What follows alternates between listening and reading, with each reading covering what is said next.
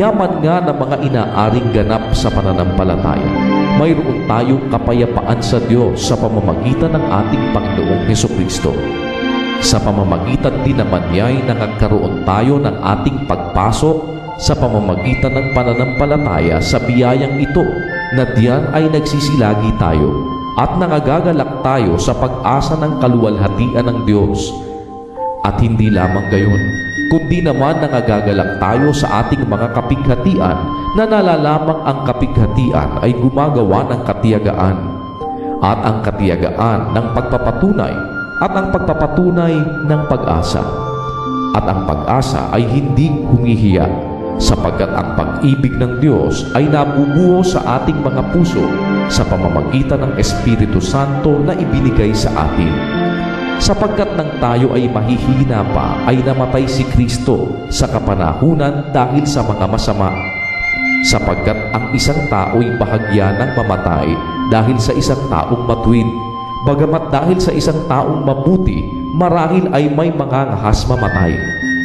Datapwat ipinagtatagubili ng Diyos ang kanyang pag-ibig sa atin, na nang tayo'y mga makasalanan pa, si Kristo ay namatay dahil sa atin.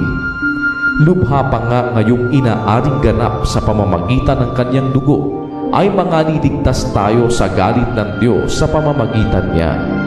Sapagkat kung noong tayo'y mga kaaway, ay pinakipagkasundo tayo sa Diyos sa pamamagitan ng kamatayan ng kanyang anak, lubha pa ngayong nangagkakasundo na, ay manganiligtas tayo sa kanyang buhay. At hindi lamang gayon, kundi tayo'y nangagagalak naman sa Diyos sa pamamagitan ng ating Panginoong Hesukristo, na sa pamamagitan niya'y tinamo natin ngayon ang pagkakasundo. Kaya kung paano na sa pamamagitan ng isang tao ay pumasok ang kasalanan sa sanglibutan, at ang kamatayan ay sa pamamagitan ng kasalanan, at sa ganito'y ang kamatayan ay naranasan ng lahat ng mga tao, sapagkat ang lahat ay nangagkasala.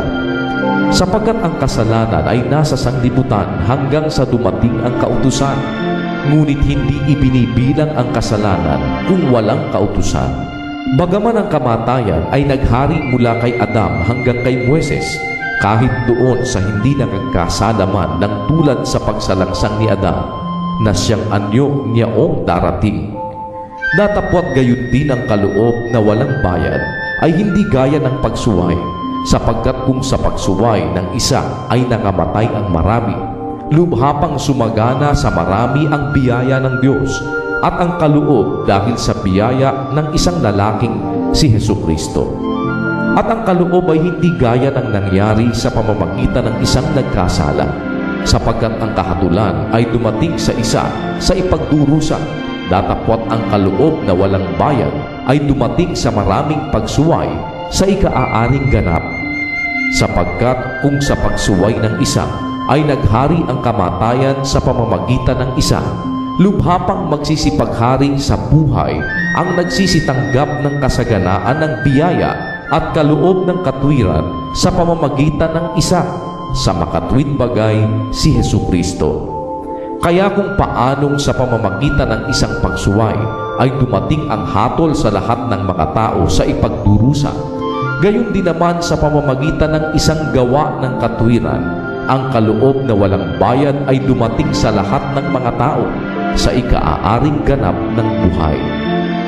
Sapagkat kung paanong sa pamamagitan ng pagsuway ng isang tao, ang marami ay naging mga makasalanan, gayon din sa pamamagitan ng pagtalima ng isa, ang marami ay magiging mga matuwid.